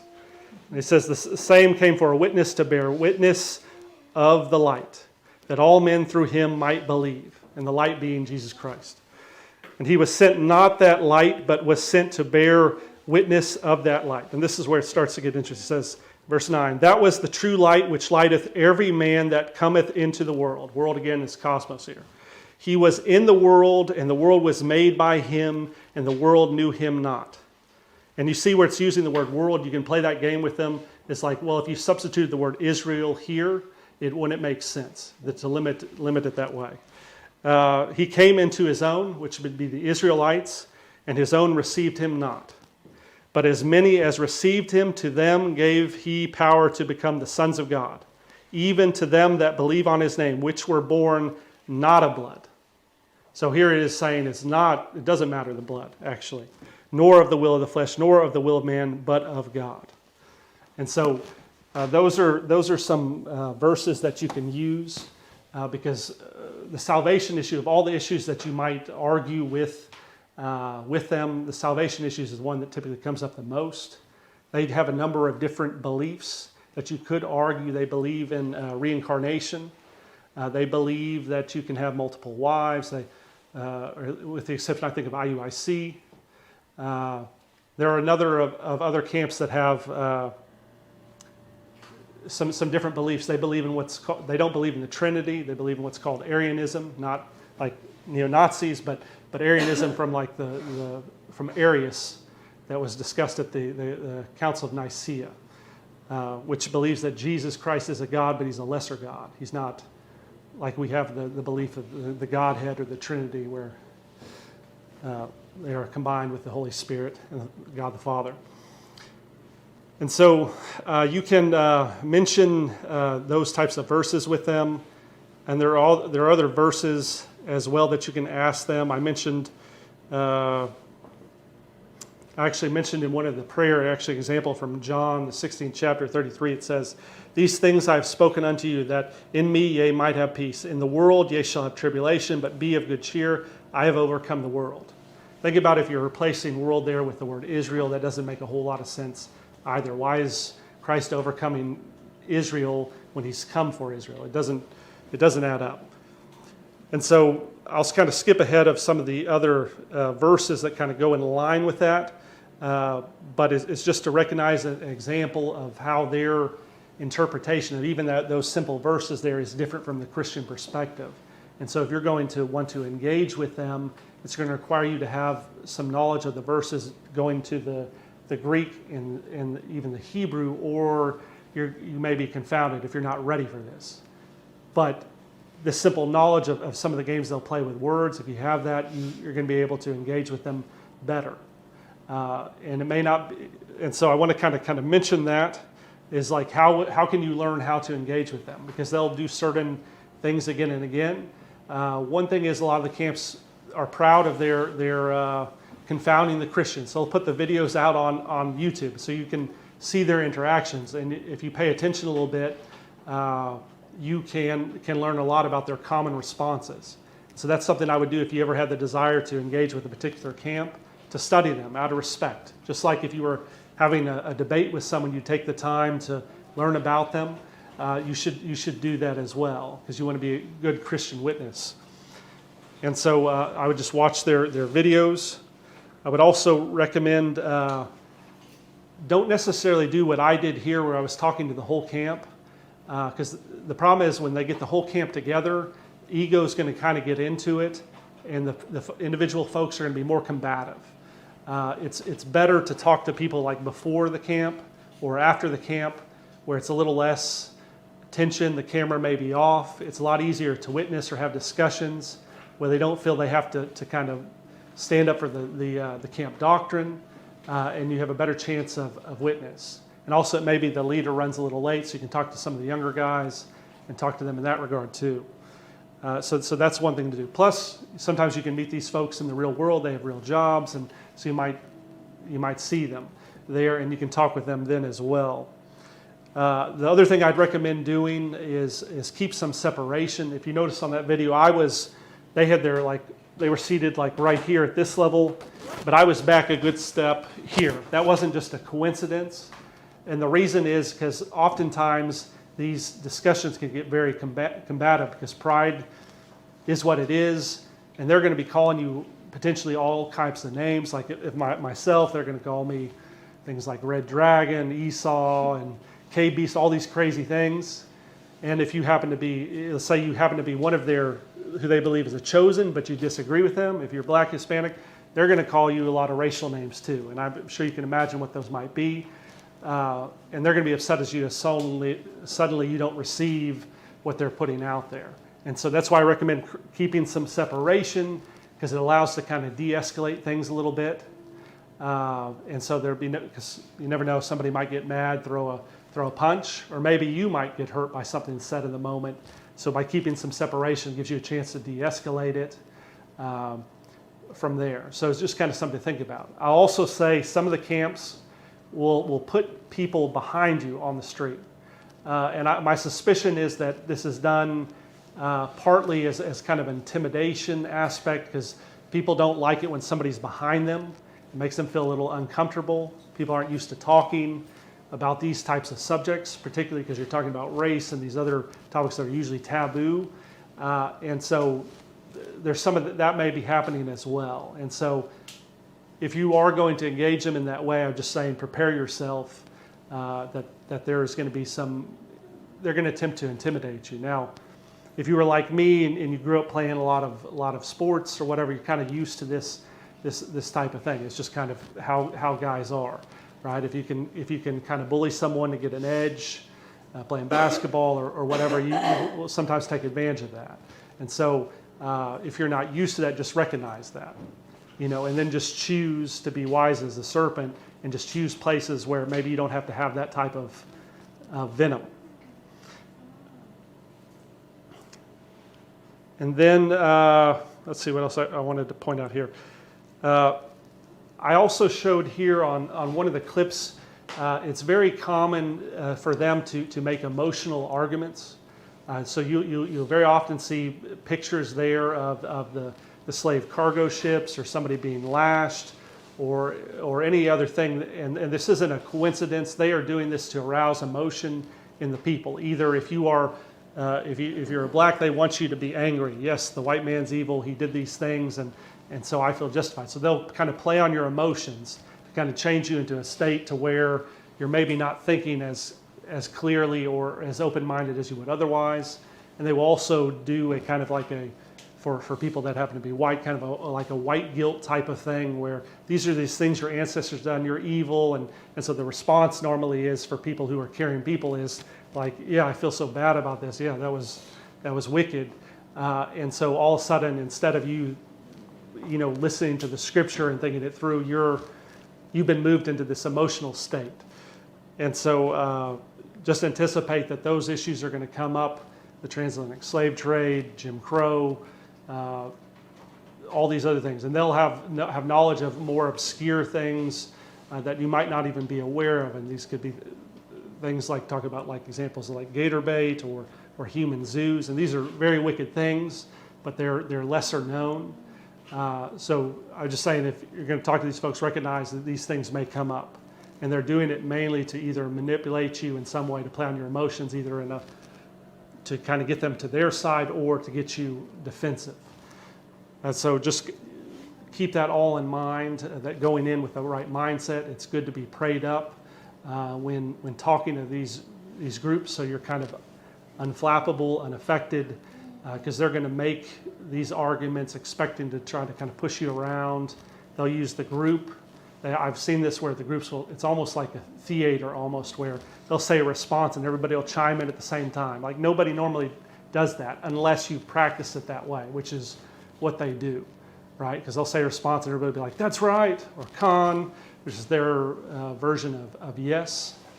And so these are things that come up. And rather, I would say this as Christians, to cite my example, in that video, which I don't think was particularly a good Christian example, I preferred my example I gave to the other ones that was on the mic drop video, where it's more humble. I think it's a better Christian example.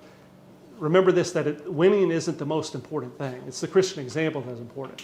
You can win all the arguments and lose the conversion. You can win all the arguments and lose the example of Christ in the moment. So never forget that. Part of it isn't that you're smarter than the other person and you can work out some academic argument. It is that you're actually the living witness of Christ, that the fruit of it. Because a lot of these folks do come out of this movement specifically because they recognize that the fruit is not good fruit. And so, keep that in mind. And so I wanted to also mention a couple arguments that you can use, even if you don't have a lot of deep knowledge of the Old Testament, that you can use with them. I wanted to give one example from their history, because they are notorious for pointing out all the flaws of Christian history. They'll ask you about the Crusades and pedophile priests and all these things, and they will try to tie those all to you, regardless of what your beliefs may be. But they have a history of their own. And the original school, when it started in the 60s and 70s, they started proclaiming the world was going to end in the year 2000. And they used that interpreting Hosea 6:2 by saying a day was 1,000 years. So they believed, and they were saying this a few years before openly, the world, America is going to receive thermonuclear destruction. You're all going to die, and our day is going to come. And so that's a verse. That's something that you will want to bring up to them. This is called the failed year 2000 prophecy. And I wanted to show a little bit of this here. And this is important for a lot of reasons. One is that they don't, a lot of the younger folks don't even have the knowledge of the movement. You'll see this here. They're not even aware of this, because obviously they don't want to talk about that the people they got their beliefs from were dead wrong. They made a false prophecy. But I'll show you an example here and why this has some weight, and it should be something that you ask them about and force them to defend, particularly if they start attacking Christians over various things that have happened. Let me see here.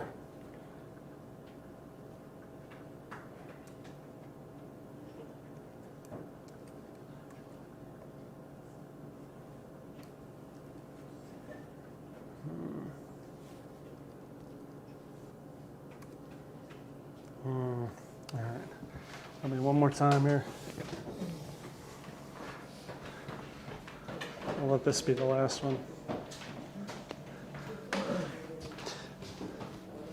So I'll mention this while my brother's getting this fixed up. They have certain beliefs. They had a prophet named Ariah that made this failed year 2000 belief.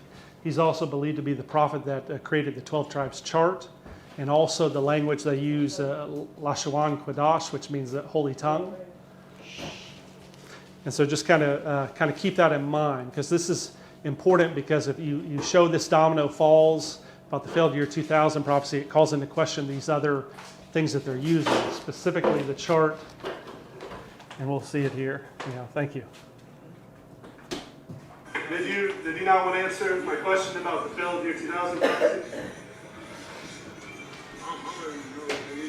And he's saying he doesn't know. He's teaching camp, but he hasn't heard of it. ICPA school? Okay, but they were the ones, Prophet Uriah. I mean, you're using their chart. You're using Lashon Kadash. It's an honest question, because here's what I'm saying. The failed year 2000 prophecy was they said the world was going to end in 2000, misinterpreted in Hosea 6:2. They thought a day was 1,000, so hence when it turned 2000, the world would end. And a lot of these ideas you're using came from Prophet Uriah, who turned out to be a false prophet based on that. And so my question is, if you, knowing that, why would you still say, I believe in this? Because if I use the example about the Branch Davidians. No, also, that in the last days, perilous times shall come. Right, perilous times is coming, right? We live in the Yeah. last days, right? I agree. None of that prophecy and stuff you talking about, but we ain't paying attention to that doctrine, right? But you're using their 12 tribes chart. You're using Lashon Kadash. Those are things that they invented in the 60s. That's why I'm asking you. To give you an example, I'm sure you heard of David Koresh and the Branch Davidians. See, and this is the leader who's coming over and he's kind of protecting the I'm flock. just asking you a question because you obviously believe. But he passes on it too. Like, watch his response here. You want to talk about the Bible? We'll deal with the Bible. Right? All that extra stuff about, ISBK, all that, we watch it from Israel. Right? We're not dealing with anything but the scripture. Yes, but y'all came from them. You're a descendant of their people. No, we came from Jacob. And we came from Moses. But why would you keep using their ideas? Chapter 4. I want to do that. I want to join the Branch Davidians after we got firelog and Waco. Speak as the oracles of God. As the oracles of God. As the oracles of God. That's fine. If any man minister, let him minister. Let him do it as of the ability which God gives. Right? That's the only way we do a deal. Like, I don't care about any of that other stuff. Right? All we care about. But you're using their doctrine. You're using the Bible. Why you not dealing with that? What's Because that? that's the main thing we're using. Hey, this can all get put up. Right? We still gonna come out here with Yeah. the Bible. Okay. We don't care about these signs. We care about the scriptures. Okay. Right? This happened, did it not? Yeah, of course So it why is. are we gonna exclude that? Because I didn't say anything against that. I said my issue was with the 12 tribes chart. Right? This is true, Okay. this is true as well, right? Have So your I? issue with the 12 tribes chart. And I'm asking, why would you accept that, knowing that he was a false I prophet? don't know that he was a false prophet. I know that he made a prophecy that could About- not come to pass. Well, what did that make him a Nonetheless- false prophet? Nonetheless, the Lord still can use him. Right or wrong? What's that? And I'll kind of stop it there to get you an idea. He's obviously very uncomfortable because I've asked him a tough question. He doesn't know how to respond to it, and that's something else too that I'm not letting him change the channel. I'm forcing him to kind of address it because I know he doesn't have an answer for it, and so that's something that you have to kind of be mindful of too, because they teach that as well. If they run into some trouble, to kind of change the channel, to jump to some other topic, and so you have to be. And you see that here today. He'll run to Isaiah 28 and start talking about it if I continue to show the video. And I know what Isaiah 28 is, but I didn't want him to. I wanted him to stay on this topic and kind of get impressionable, because I want the younger people there to know that there's some things that aren't adding up, because they're not going to be talking about this at their camp meetings. So it's important to kind of give that example there. Now you should probably do it kinder than I was. Again, I like the way that I did it with the other group there in Fort Worth, where you're gentle, but you can just do a gentle laugh and just say, but what about this? Or, I'm not sure, you've answered my, if you know Columbo, we're kind of absent-minded and say, well, there's still something I'm not quite sure that you addressed. You can still bring them back that way in a kind way that the people will recognize that they're being a bit deceptive or they don't know what to answer. And that's the reason to ask this. And you could bring this up at the start, or you could not. This is a card you could play later on if they start going in on the church as well. It's just something that you can just ask them about, that you don't need to have a lot of knowledge about. You can also ask them about the Lashon Kadash, is do they have any ancient sources? And I've asked people this, and they'll claim that they do, but then when it comes time to show that, then they're missing. So, and it's because it doesn't appear there are any ancient sources that corroborate the claim. And the belief is because it was a language written in the 60s, not Paleo-Hebrew. And so that's another example. And I should also mention too, if you've taken phase 1, David Lynn does a broader topic on Hebrew Israelites in there too. So it's one of the classes, so you can get some additional information. I'm just kind of touching on some specific arguments that you can use if you engaged with them.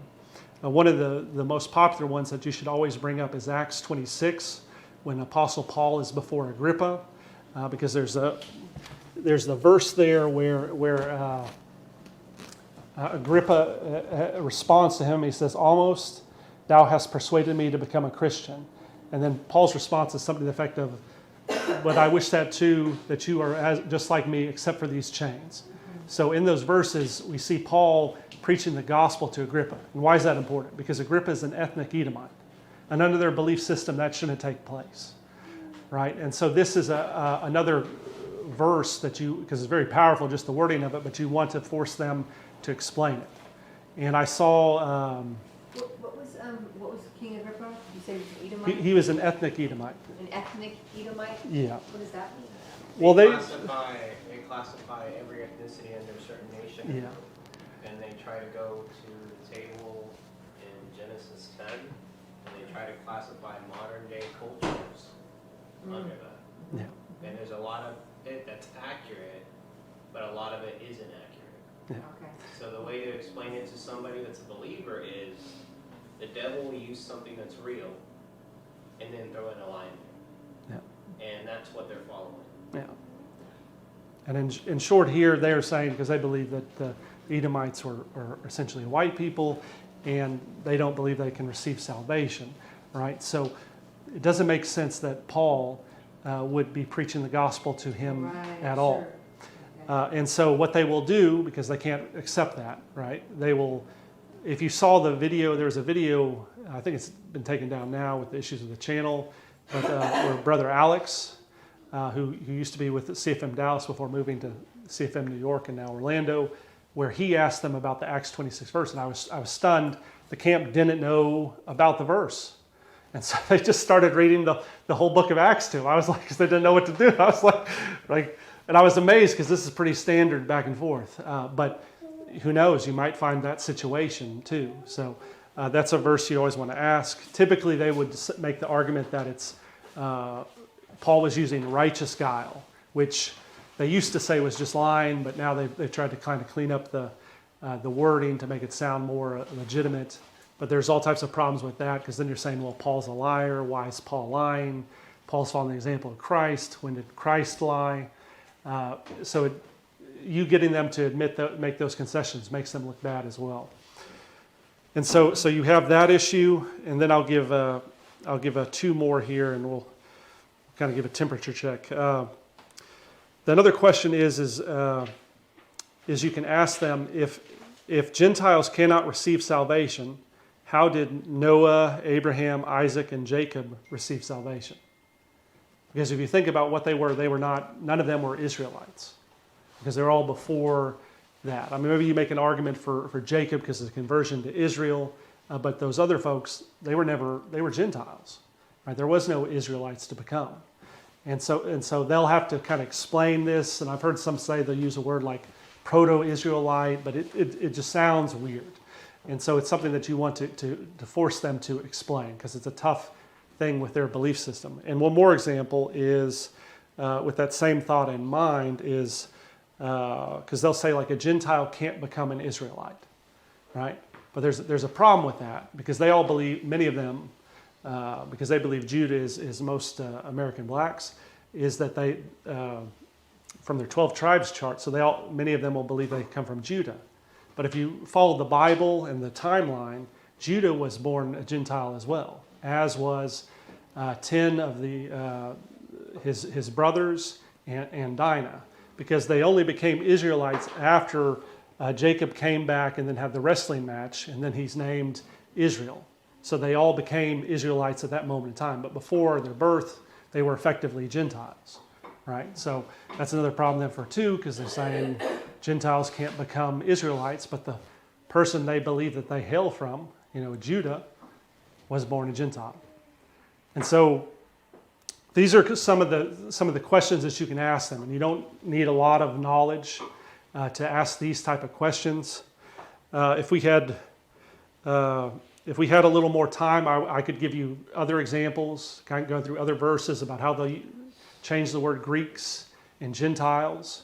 But I'm not going to go into that particular aspect. I'm just going to bring up one other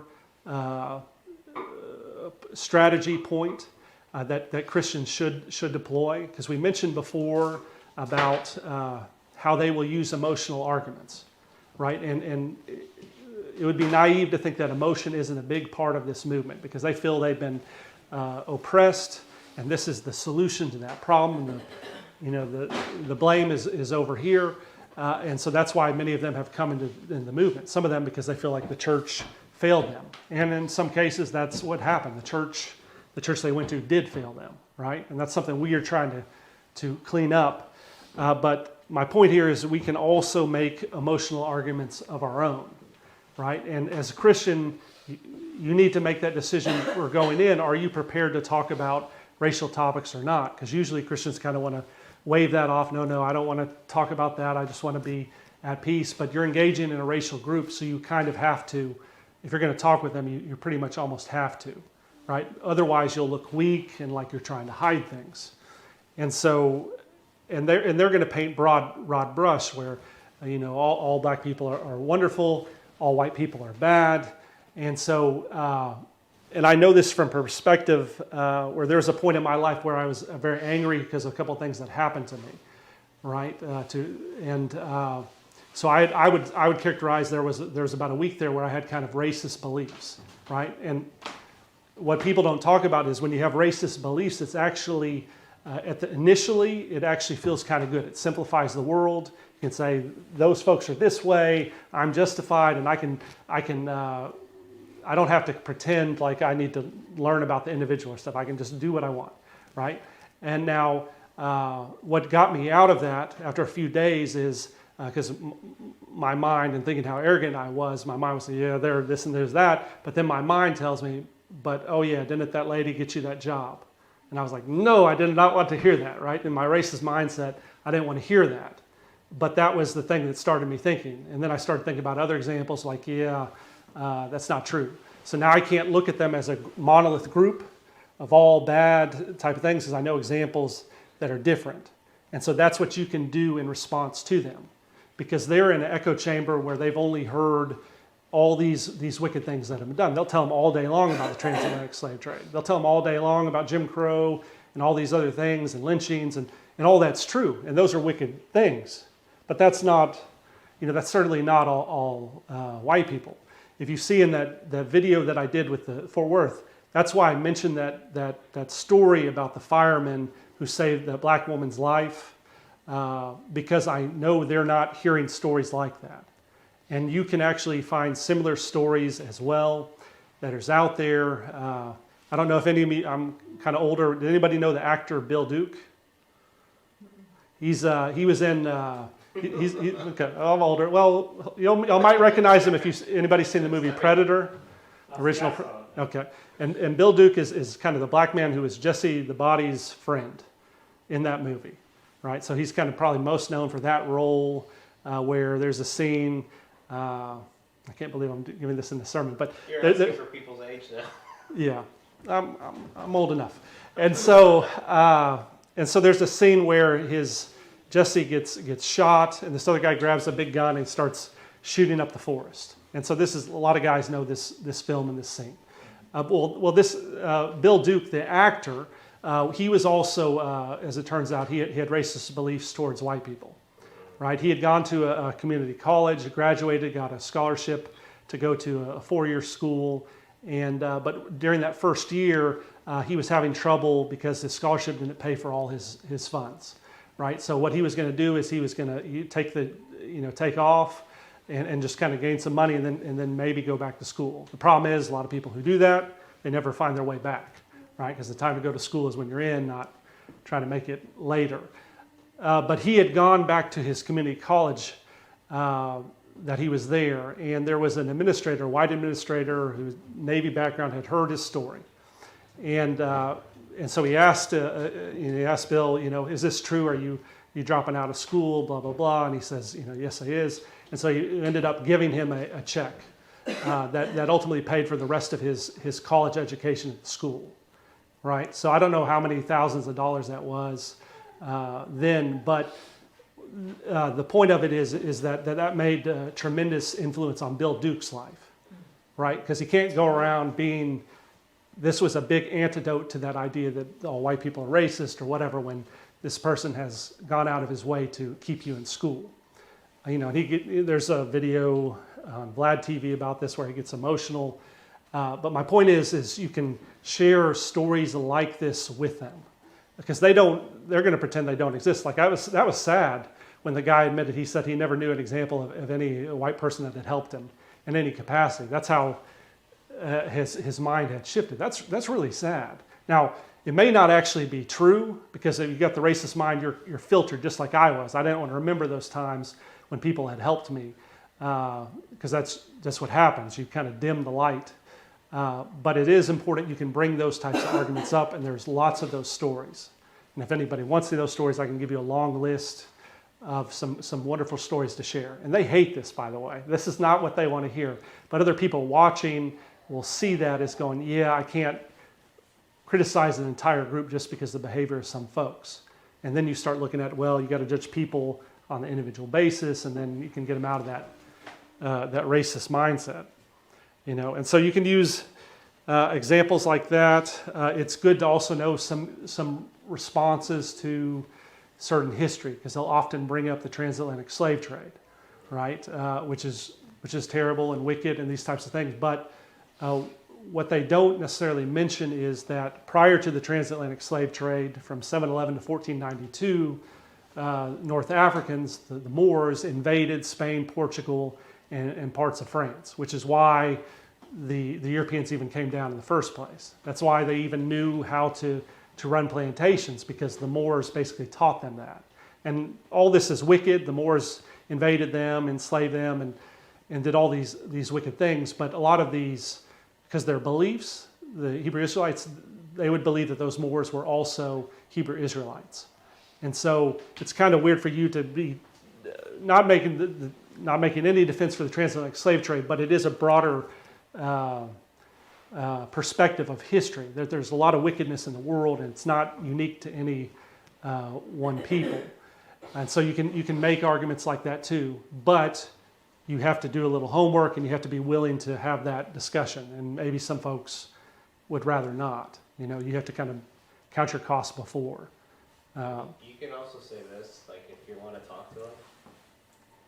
If humanity wasn't divided by ethnicity or race, they would find some other reason to have some kind of division in them. So it would either be how much money you make, it would be what your political beliefs are, it would be whatever your religious beliefs are. Mm-hmm. There's always going to be something that's going to try to push one group above another. So the root problem isn't just hate, it's also some form of pride. Mm-hmm. So if they can't see that that's pride, if they don't have ethnicities, then at that point they really don't understand how serious the issue is. So if anybody wants to talk about racism, mm-hmm. they have to make somebody see that even if racism didn't exist, we're still going to have something that's going to come in the way. Yeah. That's true. That's a good point. Well, what I would do, I could talk about this for days, but this isn't the usual sermon, so I recognize that. So I'm going to go ahead and kind of finish it here.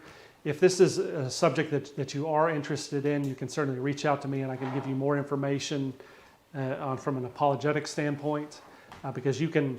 I don't know if you're familiar at all, but people have arguments over all these things for hours. There are apps like Clubhouse and some of these others where people will talk for days. And so we're not going to be able to go through all that here, obviously. But I did want to kind of bring some of these things to attention, because these are things that we may deal with. You may run into folks or want to share some thoughts. But I do want to kind of hark back to that idea that however you approach anyone like this, you still be that Christian example and do so in love, even when you're pointing out things that they may not want to hear. Because ultimately, the goal isn't to defeat them and it's ultimately that they will eventually come to the church or come back to the church. And that happens too, believe it or not. Because some people show that example. I knew there was a leader of a camp in GOCC, who a year out on the street saying all these things. A year later, he's a born-again Christian. And so it is possible, and people come out of the movement all the time. So let's go ahead and close in prayer, and then if anybody has any questions, we can get into that too. But dear Lord, thank you for giving this opportunity for all of us to come together. Thank you for allowing us to fellowship and to honor you, Lord. Please allow us to be filled with your wisdom and your knowledge and your understanding as best we can. Let us be worthy vessels, Lord. Please allow us to rid the things in our life that pull us away from you, Lord, and rather fill us with the things that we need to do, even in the places where we want to hold back, Lord. Please give us that ability in the coming year that we can be a worthy vessel. Fill us with the fruit of the Spirit, Lord, and allow us to rid ourselves of the works of the flesh. Let us be one that truly loves our neighbors, whether they're in the church house or outside of it. Let us be a light, just as you are a light to the world. Everything in your name, Jesus Christ. Amen. Amen.